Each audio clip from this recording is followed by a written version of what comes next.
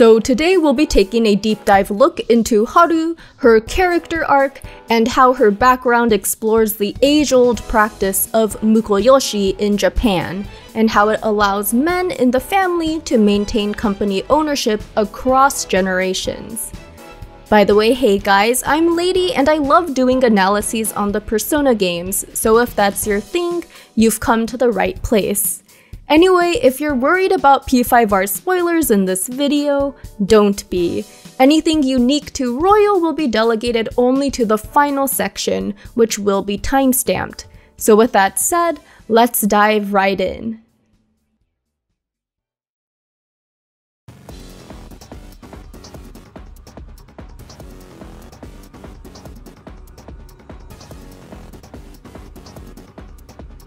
Alright, so first off, let's take note of Persona 5's unique premise in that it distinctly focuses on societal issues that are prevalent in Japan.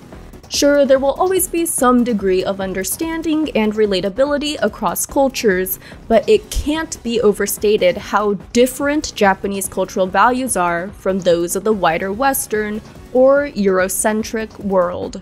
For example, Japan and wider Asia's collectivist values place emphasis on group cohesion over the self, while the individualistic values of the West favor the freedom of the individual over the collective. This means that sticking to the natural societal order of things is extra important in collectivist Japan. If you want to know more about why it's so important to grasp these cultural differences when it comes to P5, check out my video in the cards above. Now you may wonder why this stuff is such a big deal to me personally, and it really just boils down to how all this research helps me feel like I'm connecting to my own heritage as a person of Japanese descent. I'll also be graduating with a degree in social work very soon, so all this sociological, psychological, and cultural stuff is just super interesting to me. So yeah, moving on, let's briefly introduce the sweet and floofy Haru. While she is incredibly kind, don't make the mistake that nice equals weak. Haru has a good head on her shoulders and knows just when to draw the line and stand up for herself and her friends. And when it comes to gameplay, she completely wrecks house with her grenade launcher and gun skills like one-shot kill. I'm also just a sucker for her gunslinger design as a mommy stan. Can you believe that came out 10 years ago, by the way? But as for Haru's character arc, it bears resemblance to Yusuke's struggles when it comes to abusive parents and filial piety. Though unlike the more generalized commentary on an age-old concept in Yusuke's arc, Haru's problem directly focuses on more relevant Japanese sociocultural issues, the two most prominent being Mukoyoshi and also how one gains political power in Japan.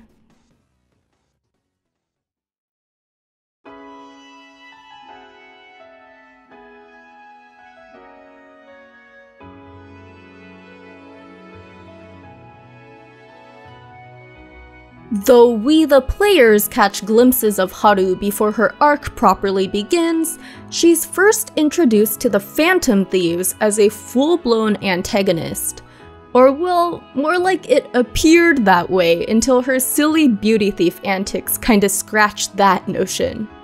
It's interesting looking at this scene in hindsight though, since I never noticed how Haru's early tendency to just go along with Mona's orders parallels the obedience she showed to her father prior to her persona awakening. But aside from that, the other major trait established right from the get-go is her profound awareness of others, especially those in need, as is shown in her concern for Mona and her father's employees despite not knowing any of these people directly. Like seriously, let's take a look here. She enters the dangerous metaverse, well, albeit unknowingly, to save an injured Mona. And part of the reason she started looking into her father were the rumors of how horribly he treats his workers.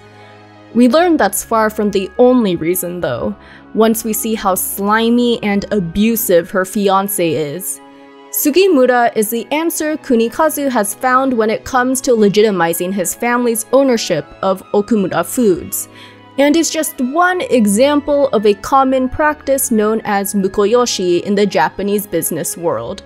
This is when a family with no male heirs adopts the husband of their eldest daughter with the intention of having him inherit the family business.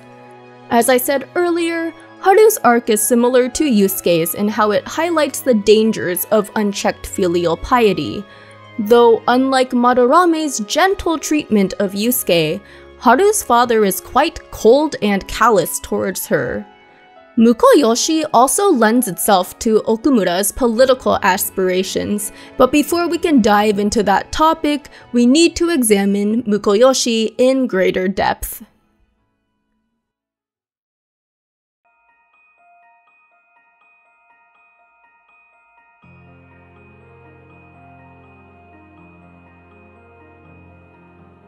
Those of you who have seen my Akechi and Makoto videos may recognize the term Mukoyoshi.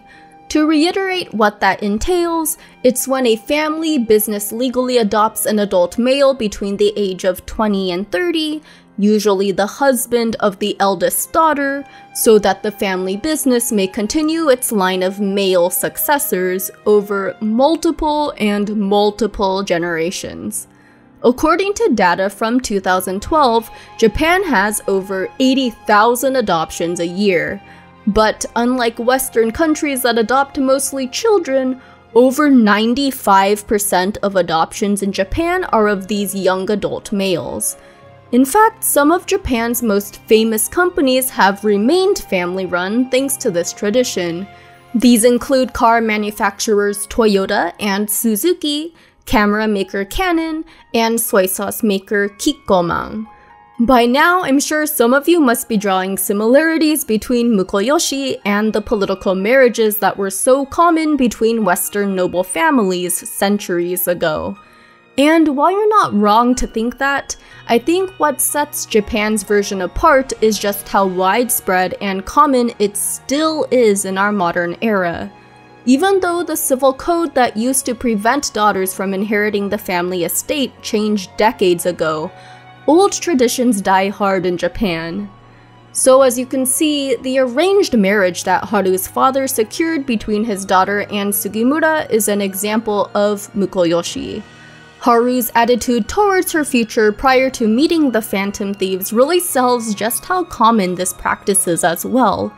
She says she wasn't too surprised when her father secured a fiancé for her, which reveals how prevalent Mukoyoshi is in the corporate world. Not only that, but she talks about how resigned she was to the idea of going through with the arranged marriage and letting the rest of her life pass on by before joining the PT. Mukoyoshi makes it clear that Japan disproportionately values men in leadership positions if they'd go to such lengths to block a female heiress from inheriting her own family's business, ensuring a male heir takes over instead. But before diving a bit farther into this view of male leadership, let's cover how Sugimura would serve as Okumura's pipeline into the world of Japanese politics. You see, Japan is quite notorious for its hereditary political system. Hereditary politics is when the next generation gains the exact same political office as their parent or grandparent. So in this way, it's not quite the same as a political family, such as the Kennedys, Bushes, or Clintons in the US, where multiple members are involved in some type of politics, albeit usually not the same type of office. So going back to Japan's hereditary case, approximately 30% of its House of Representatives, aka the lower legislative chamber, consists of these second-generation Diet members. Oftentimes, the child or grandchild will even run for and gain the exact same seat as an older family member. There's a reason why Kunikazu reminds Haru multiple times that Sugimura is the son of a successful politician, meaning he'll have direct access to influencing politics via the young man and his connections. Money in politics obviously affects the entire world, But Haru's problems just highlights how Mukoyoshi uniquely contributes to this problem in Japan.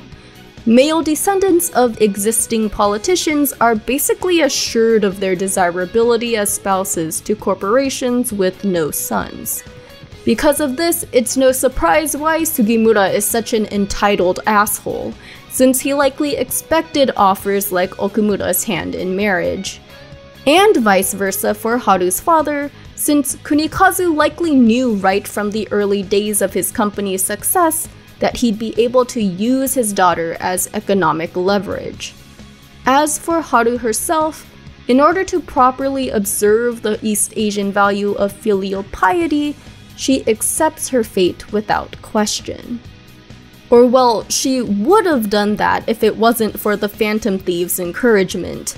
With their help, Haru actually stands up to her father and fights for herself, and probably on behalf of all the other women who felt like they've had no say in their own futures.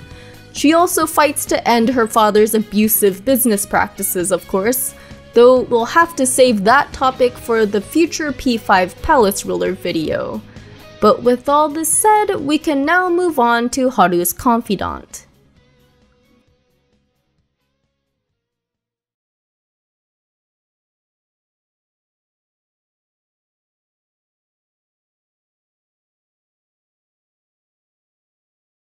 Haru is suddenly entrusted with an enormous amount of responsibilities after her father's death.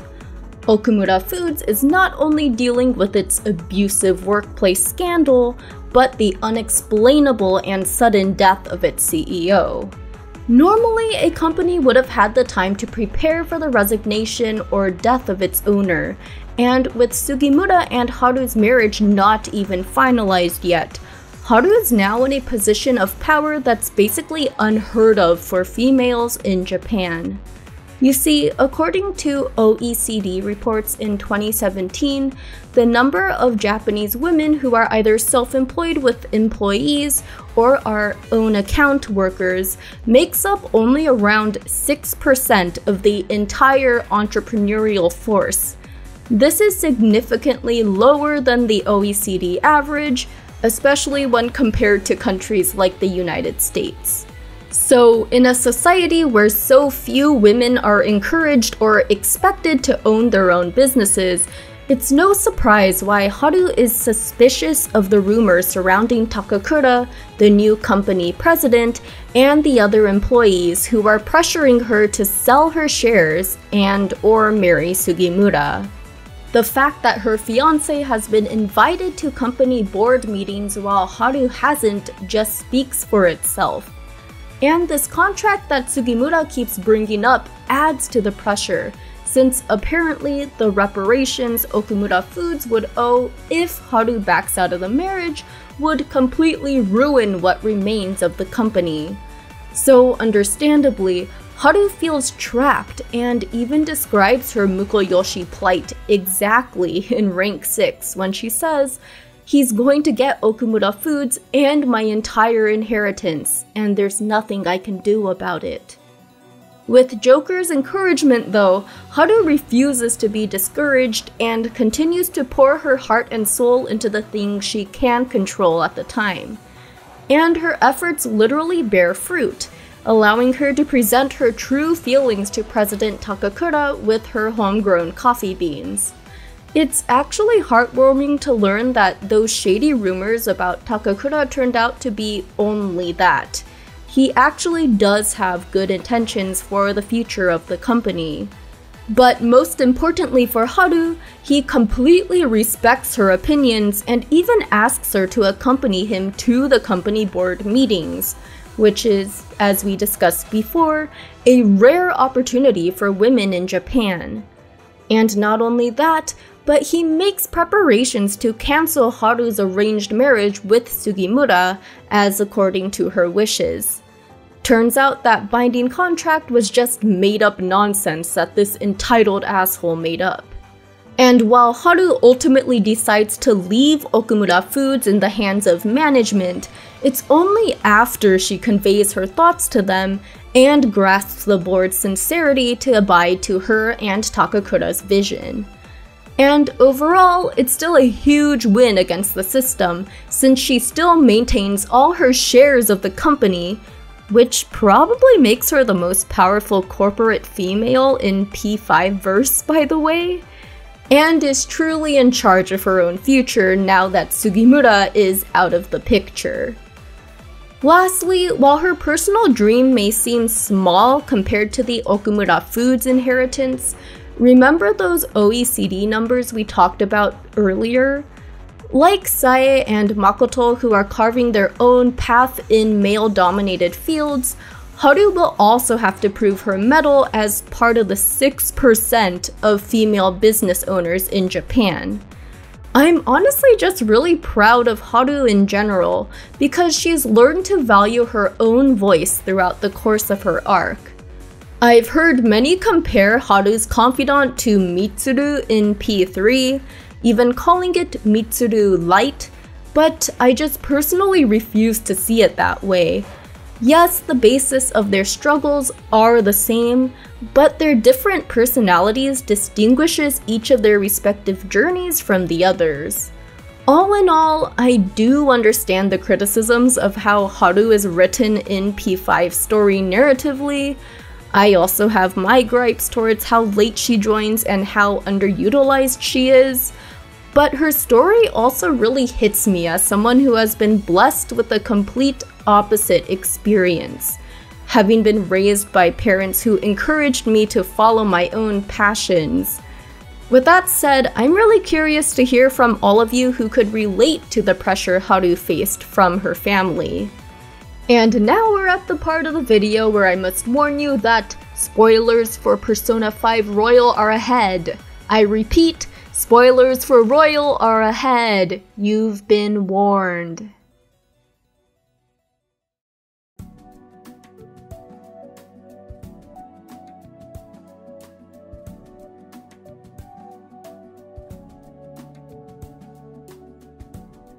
We've now arrived in Maruki's reality where it's really jarring to see Haru's interactions with her father. Here, Kunikazu is entirely different from the cold and calculating person he was in the original reality. Here, he actually prioritizes his daughter's feelings and ideas over his company's profit, which is honestly quite sad to see, since we know for a fact that this isn't how he really was. It's merely just Haru's wish.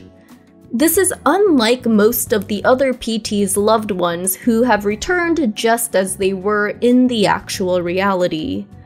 Because of this, Haru's third-tier persona scene really hit for me. She understands that not only is her father actually dead, but his heart was corrupted long ago. So the Kunikazu who treats her warmly here is just a selfish dream on her part. In the end, her father was guilty of atrocious crimes against his competitors and his own employees, and of course, the emotional abuse he heaped on his daughter. Haru realizes that it wouldn't be fair if she chose Maruki's world simply because her father is kinder to her here. I love when she says it would be a betrayal to the future Joker and the Phantom Thieves have given her as well. Because for the most part, Haru is gentle and has a strong nurturing side, which makes her such a great fit for tending to homegrown crops. But don't forget, she also has a strong will that not only breaks through Maruki's reality, but will surely succeed in her future business endeavors of opening up her own homegrown cafe. And that's a wrap on our floofy gunslinger. If you enjoyed, please leave a like and or comment to help out with the algorithms. Also, join the Discord, follow me on Twitter, and on Twitch. I stream 4 days a week. Finally, I'd like to thank all my patrons, especially Jared Breland, Andreas Hansen, Captain Hobo, and NT Luck for all their support. Our royal girl Kasumi is up next, so until next time guys, take care. See ya!